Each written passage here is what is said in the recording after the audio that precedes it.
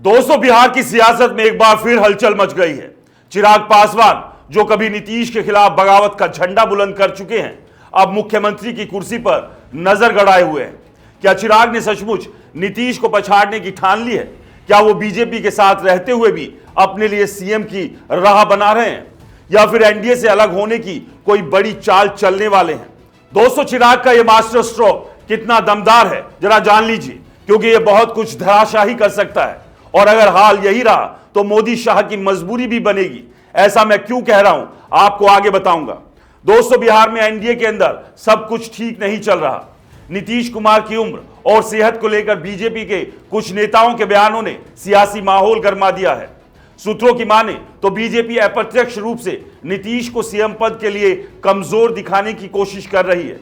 ऐसे में कई नेता सीएम की रेस में कूद पड़े हैं और अब चिराग पासवान ने भी इस दौड़ में अपनी सबसे बड़ी चाल चल दी है।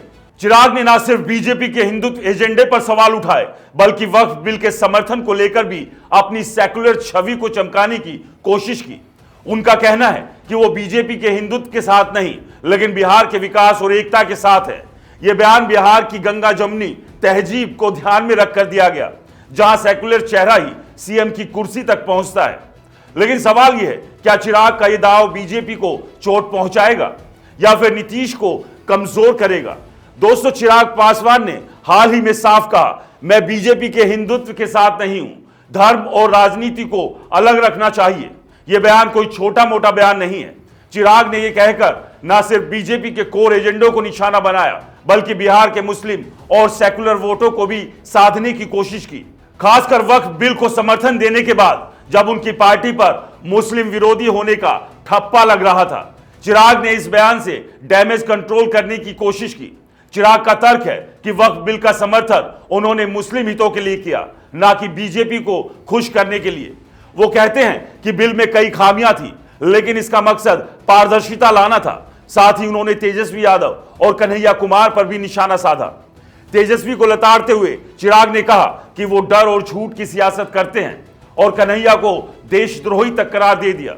यह साफ है कि चिराग न सिर्फ नीतीश को चुनौती दे रहे हैं, बल्कि तेजस्वी और कन्हैया जैसे युवा चेहरों को भी पीछे छोड़ना चाहते हैं। दोस्तों, बिहार की सियासत का इतिहास गवाह है कि जो नेता सेकुलर छवि बनाता है, वही सीएम की कुर्सी तक पहुंचता है। नीतीश कुमार ने सालों तक इसी फॉर्मूले से बिहार पर राज किया। अब चिराग उस राह पर चलते दिख रहे हैं। वो बीजेपी के साथ रहते हुए भी मुस्लिम वोटरों को यह मैसेज दे रहे हैं कि हमें डरने की जरूरत नहीं। चिराग की थ्योरी है कि धर्म को राजनीति से अलग कर देना चाहिए।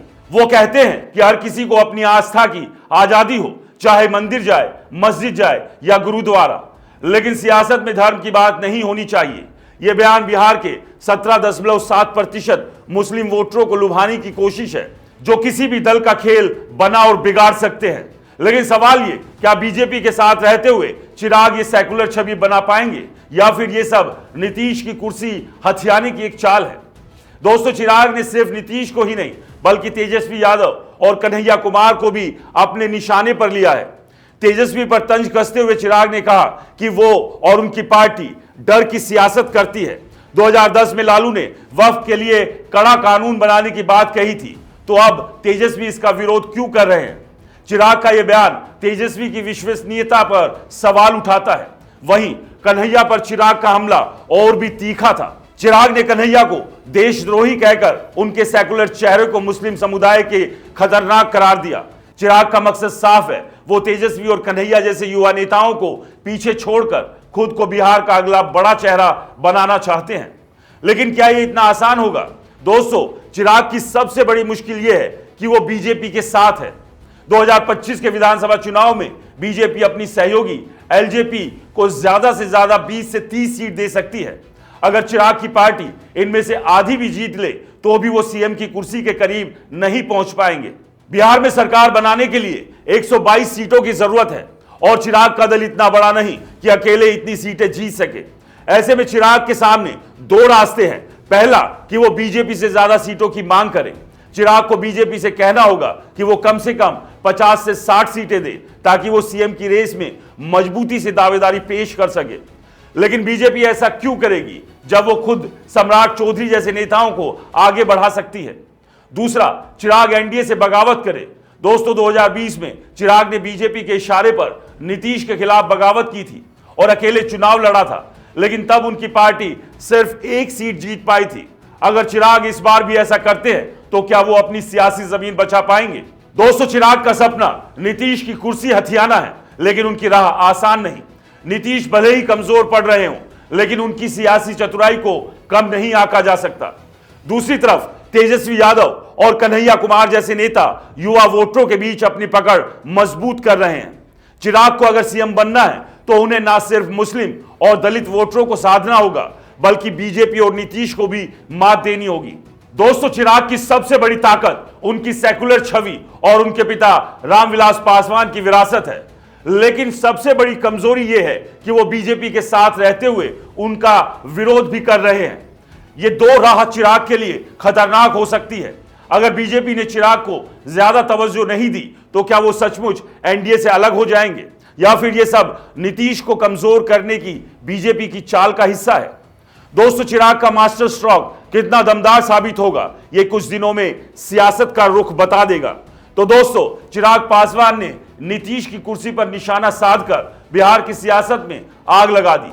बीजेपी के हिंदुत्व से दूरी, तेजस्वी कन्हैया पर हमला और सेकुलर छवि बनाना, यह सब चिराग का मास्टर प्लान है। लेकिन सवाल यह है, क्या बीजेपी चिराग को सीएम के तौर पर स्वीकार करेगी?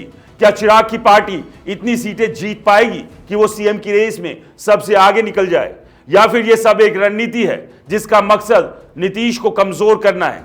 दोस्तों, आप क्या सोचते हैं? क्या चिराग पासवान सचमुच बिहार के अगले सीएम बन सकते हैं, या फिर यह उनकी सबसे बड़ी सियासी भूल साबित होगी? अपनी राय कमेंट बॉक्स में जरूर लिखें। नमस्कार।